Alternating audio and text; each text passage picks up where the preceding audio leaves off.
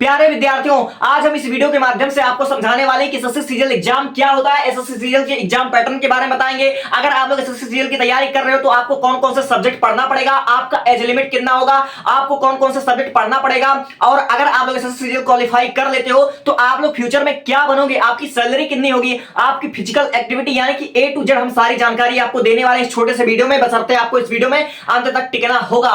अगर आप लोग टिकने के लिए एग्री हो तो हम आपसे वादा करते हैं हम आपको इस टॉपिक से जुड़ी एक एक जानकारी देंगे और ऐसा समझाएंगे कि इस टॉपिक से रिलेटेड आपका एक प्रश्न ऐसा नहीं रहेगा जिसकी जानकारी आपको ना हो। तो हम वीडियो की शुरुआत करते हैं और अपना पूरा फोकस के साथ इस वीडियो को देखिए और इस बोर्ड पर फोकस कीजिए। सबसे पहली बात हम कर लेते हैं एसएससी सीजीएल क्या होता है। तो एसएससी सीजीएल का जो हमारा फुल फॉर्म होता है वह हमारा होता है स्टाफ सिलेक्शन कमीशन और इसकी स्थापना 1975 ईस्वी में हुआ था। ठीक है, तो एसएससी का फुल फॉर्म क्या होता है, स्टाफ सिलेक्शन कमीशन, और सीजीएल का फुल फॉर्म होता है कंबाइंड ग्रेजुएट लेवल। ये हमारा जो परीक्षा था वह 1975 ईस्वी में लागू हुआ था। और यह किन कैंडिडेट के लिए, कौन से विद्यार्थी इस परीक्षा का फॉर्म अप्लाई कर देंगे। देखो, अगर आपका सपना है कि आप लोग आगे चल करके इनकम टैक्स ऑफिसर बनोगे, अगर आपका सपना है कि आप लोग आगे चल करके सीबीआई ऑफिसर बनोगे, आपने सीआईडी का नाम सुना होगा तो उसे आप लोग अंदाजा लगा सकते हो। ठीक है, अगर आपका सपना है कि आप लोग असिस्टेंट सेक्शन ऑफिसर बनोगे, एएसओ बनोगे, आपका अगर सपना है कि आप लोग टेक्स्ट असिस्टेंट बनोगे, आप लोग ऑडिटर बनोगे,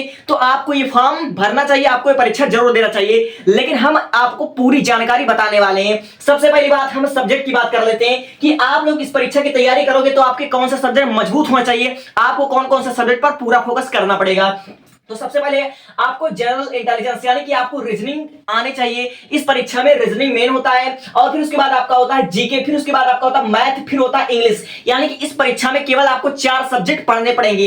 आपको रीजनिंग पढ़ना पड़ेगा, आपको जीके पढ़ना पड़ेगा, आपको मैथ्स पढ़ना पड़ेगा, आपको इंग्लिश पढ़ना पड़ेगा और एक सब्जेक्ट को और ऐड कर लीजिए कंप्यूटर, क्योंकि इसमें अधिकतर जो परीक्षाएं होती है वह कंप्यूटर बेस्ड होती है। यानी कि मुख्य रूप से आपको केवल 5 सब्जेक्ट पढ़ना पड़ेगा, केवल 5 ही सब्जेक्ट है। आपका कौन कौन सा है, रीजनिंग, जीके, मैथ्स और इंग्लिश होता है और एक कंप्यूटर पकड़ लीजिए। अब हम बात कर लेते हैं एज लिमिट, समय सीमा की बात कर लेते हैं। अगर आप लोग जनरल में आते हो तो आपका जो एज लिमिट होगा वह 18 से 32 ईयर होगा। यानी कि आपकी जो न्यूनतम आयु होनी चाहिए वह 18 साल होनी चाहिए और अधिकतम आयु जो होनी चाहिए वह हमारा 32 यानी कि 32 साल होना चाहिए। वहीं अगर आप लोग ओबीसी में आते हो तो आपका जो हमारा न्यूनतम आयु होगा वह 18 साल और अधिकतम आयु होगा 35 साल। अगर आप लोग एससी एसटी में आते हो तो आपका 18 से 37 साल तक आपका एज लिमिट होना चाहिए। तो हमने आपको सब्जेक्ट के बारे में बता दिया, हमने आपको एज लिमिट के बारे में बता दिया, हमने आपको यह भी बता दिया कि कौन कौन से विद्यार्थी इस परीक्षा को दे सकते हैं। ठीक है, अब हम डायरेक्ट आते हैं इस परीक्षा के पैटर्न के बारे में। देखो, ये जो परीक्षा होती है वह यूपीएससी की तरह समझ लो, लेकिन यूपीएससी ना डिफिकल्ट नहीं होती है, उन्हें सारा सब्जेक्ट आपको नहीं पढ़ना पड़ता है। ठीक है, तो आपको एसएससी सीजीएल परीक्षा क्वालिफाई करने के लिए 3 स्टेप से गुजरना पड़ता है। फर्स्ट स्टेप हमारा क्या होता है, 12 पास कीजिए। आपने 10th पास कर लिया, आप लोग 11th और 12th में किसी भी स्ट्रीम से आप पास कर लीजिए। अगर आपका साइंस अच्छा है तो आप लोग साइंस से पढ़ाई कर सकते हो, अगर आपका बायोलॉजी अच्छा है तो आप लोग पीसीबी से पढ़ाई कर सकते हो, आप लोग कॉमर्स से पढ़ाई कर सकते हो, आप लोग आर्ट से पढ़ाई कर सकते हो,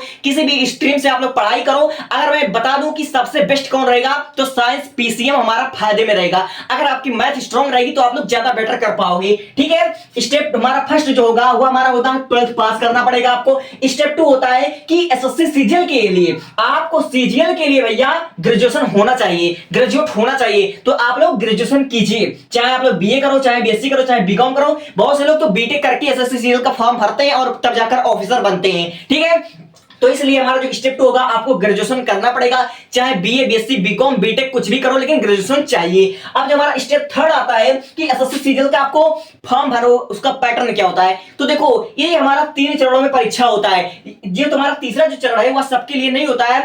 पहला जो हमारा चरण होता है यानी कि टियर फर्स्ट, जो हमारी प्रारंभिक परीक्षा होती है, टियर फर्स्ट, इसको आप प्रीलिम्स के जरिए आप समझ सकते हो। जैसे यूपीएससी में प्रीलिम्स होता है वैसे आपका होता है टियर फर्स्ट। इसमें कौन से होते हैं, इसमें आपके टोटल 100 क्वेश्चन होते हैं और 200 मार्क के होते हैं और यह कंप्यूटर बेस्ड परीक्षा होती है।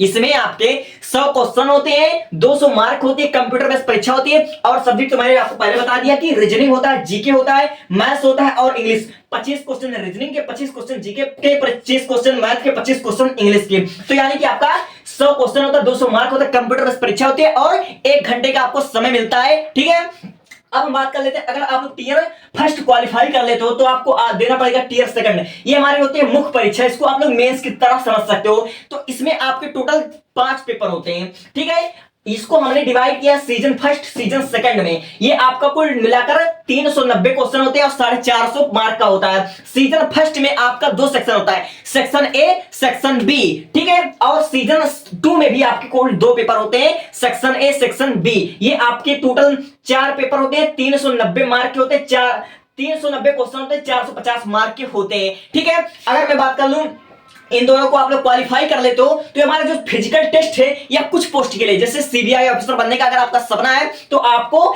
फिजिकल टेस्ट के लिए मतलब एलिजिबल होना पड़ेगा। फिजिकल टेस्ट में आपका रनिंग होना चाहिए। और मैं बात कर लूं हाइट की, तो हाइट में आपको 157 सेंटीमीटर से 160 सेंटीमीटर मेल कैंडिडेट के लिए होना चाहिए, यानी कि पुरुष के लिए हाइट जो हमारा पुरुष के लिए होना चाहिए 157 से 160 सेंटीमीटर होना चाहिए। और मैं बात कर लूं फीमेल का तो 152 सेंटीमीटर से 155 सेंटीमीटर होना चाहिए, ठीक है। और मैं चेस्ट की बात कर लूं तो एक सीबीआई ऑफिसर के लिए, ठीक है, ये कुछ पोस्ट के लिए होता है, तीसरा वाला ये वाला फिजिकल टेस्ट है कुछ पोस्ट के लिए होता है, जिसमें आपको 81 से 84 सेंटीमीटर आपका चेस्ट होना चाहिए और फीमेल के लिए 79 होना चाहिए आपको, ठीक है। तो यहां तक हो गया।